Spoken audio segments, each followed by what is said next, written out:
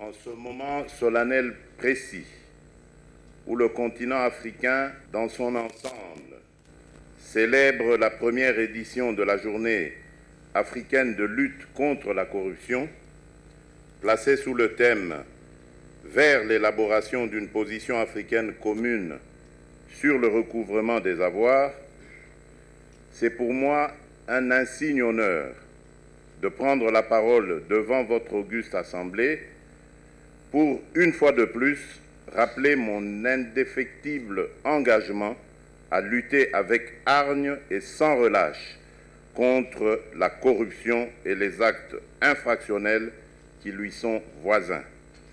En l'occurrence,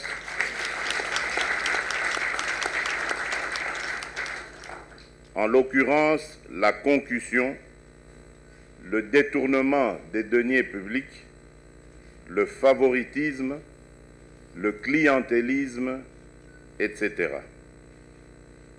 En effet, dans notre pays, la corruption est un phénomène qu'on ne présente plus. Elle se présente sous des formes multiples.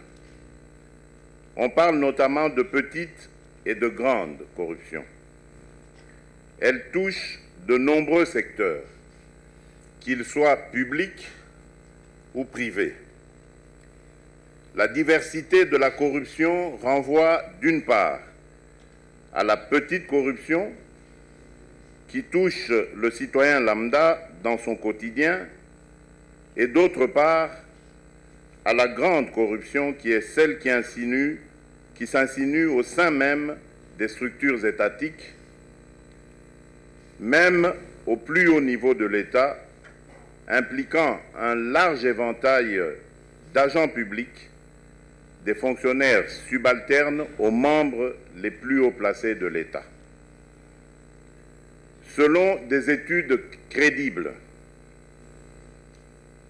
la corruption qui existait déjà en République démocratique du Congo sous la colonisation belge et qui a durablement affecté la période post-coloniale a atteint un statut de règle absolue sous sa forme étatique depuis plusieurs années.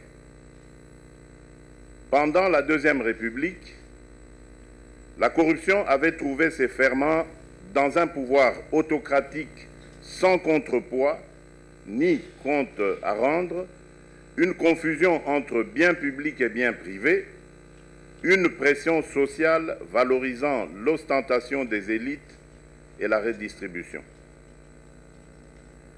Au lendemain de la révolution de l'AFDL, la corruption a été nourrie par de stratégies violentes sous forme notamment de confiscation des biens que l'on convoitait.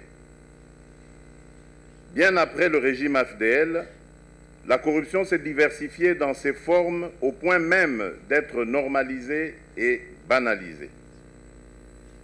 Tantôt, elle prend la forme d'accaparement et ou le détournement des biens et deniers publics, principalement pour servir à l'achat de voix lors des élections. Tantôt, elle se présente sous forme de pots de vin lors de rencontres avec des autorités de police, des magistrats, des inspecteurs des impôts ou même pour décrocher un marché public ou encore pour l'obtention d'un permis de conduire. Pour stigmatiser l'ampleur du phénomène et son ancrage dans la société congolaise, d'aucuns ont indiqué avec ironie que tout peut s'acheter au Congo. Une décision judiciaire, un titre universitaire, un diplôme scolaire, une carte d'identité, un emploi, un permis de construire, un passeport, une nomination politique, une promotion administrative, un titre foncier, un certificat de naissance, une attestation de bonne vie et mœurs, etc.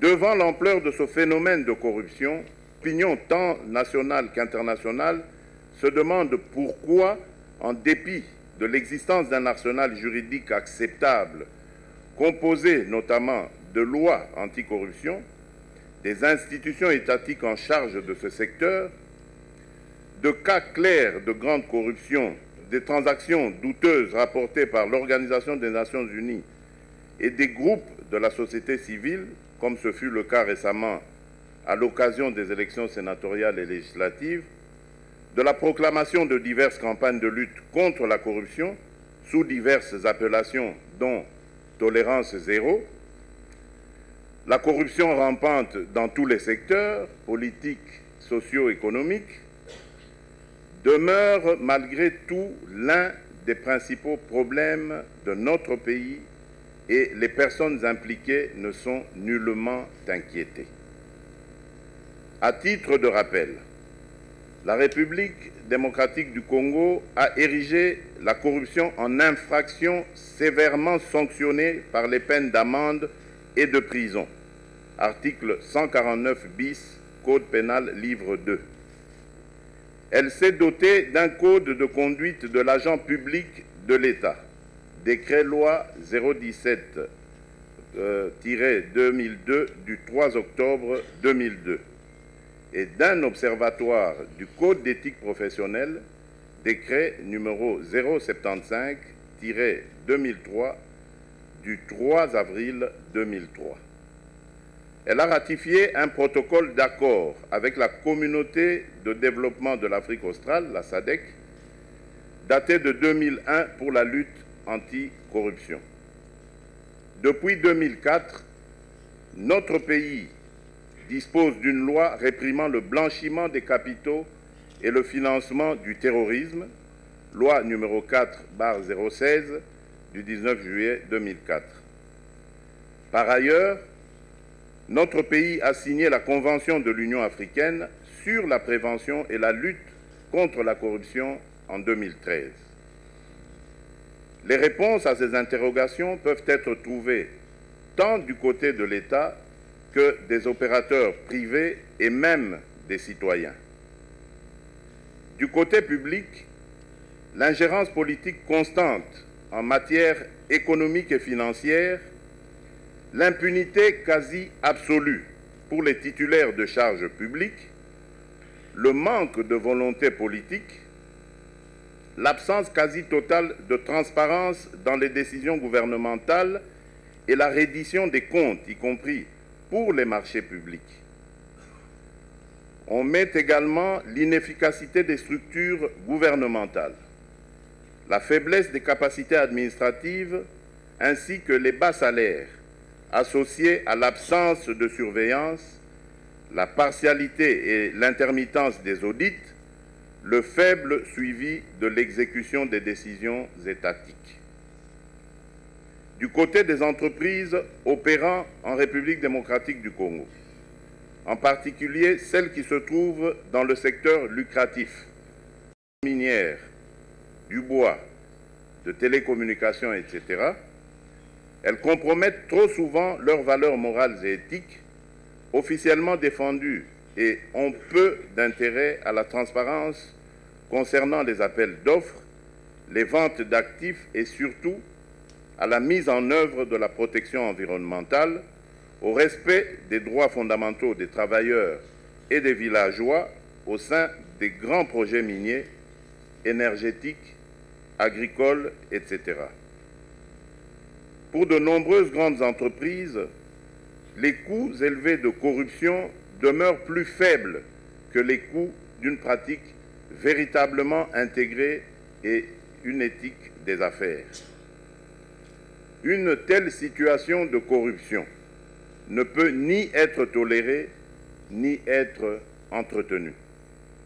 D'où la nécessité et l'urgence d'envisager de mesures essentielles et plus efficaces pour faire face à ce phénomène et de la sorte à ancrer la crédibilité du gouvernement dans sa quête d'une croissance inclusive et soutenue de la RDC. La première mesure reste le respect de l'état de droit. Le respect de la loi à tous les niveaux doit être notre guide. À ce sujet, je fais appel à tout le personnel judiciaire du pays, spécialement aux magistrats, qui doivent, en toutes circonstances, rendre une justice juste et équitable, sans pour autant céder à la tentation de corruption.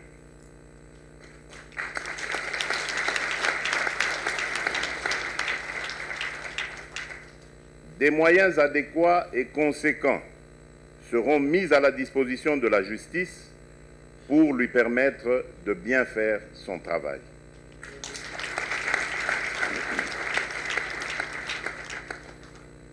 Loin de moi l'idée de minimiser l'approche préventive qui consiste à mener des actions allant dans le sens de sensibiliser et de moraliser la population sur les méfaits de la corruption et des actes asociaux qui lui sont proches pour l'essor socio-économique de notre pays.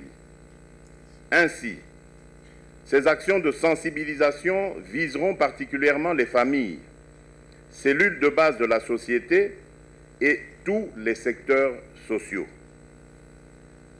À cette double approche répressive et préventive doit s'ajouter le renforcement du cadre légal et institutionnel de lutte contre la corruption. Cela requiert de revisiter notre arsenal juridique et institutionnel de lutte contre la corruption et de mettre en place d'autres mécanismes et moyens plus adaptés à la mutation du phénomène de la corruption avec des sanctions plus dissuasives.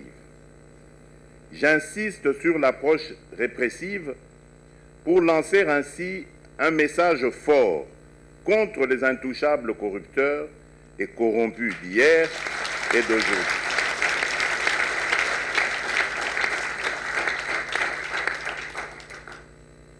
Sous mon mandat, ces intouchables sont appelés à la reconversion par la stricte application de la loi.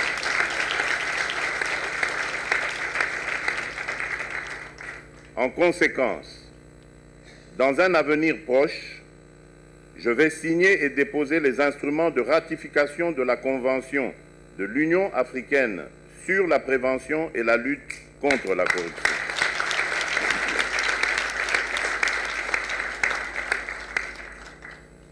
Cette ratification permettra sans nul doute à la République démocratique du Congo de récupérer les avoirs et les produits de transactions de la corruption disséminés dans les paradis fiscaux au détriment du bien-être social du peuple congolais.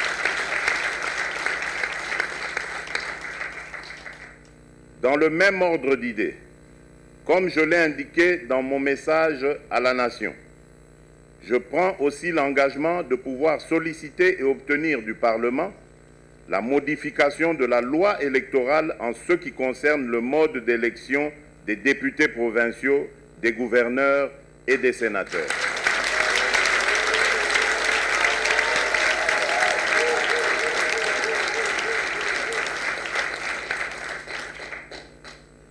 Sur le plan institutionnel, je vous informe de la création sous peu, au sein de mon cabinet, d'un service spécialisé dénommé Coordination pour le changement des mentalités,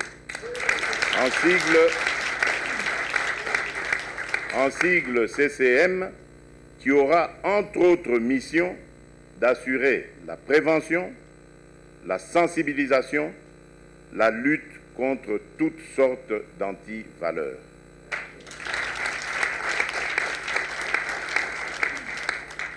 Mesdames et messieurs, distingués invités, c'est avec une note d'espoir que je termine mon propos de ce jour, en affirmant avec ma toute dernière énergie que je crois fermement en la capacité de changement positif de l'homme congolais.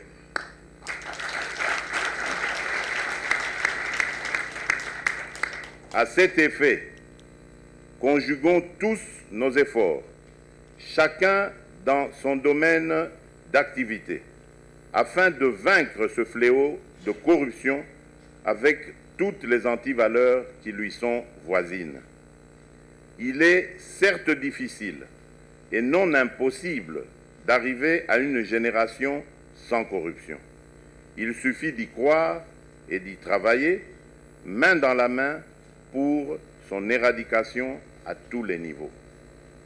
Je tiens à remercier les organisateurs de la cérémonie, plus particulièrement l'Observatoire de surveillance de la corruption et de l'éthique professionnelle, OCEP en sigle, à qui je rends hommage et demande de ne jamais baisser les bras dans la lutte contre la corruption, et ce, en dépit des difficultés et des écueils rencontrés.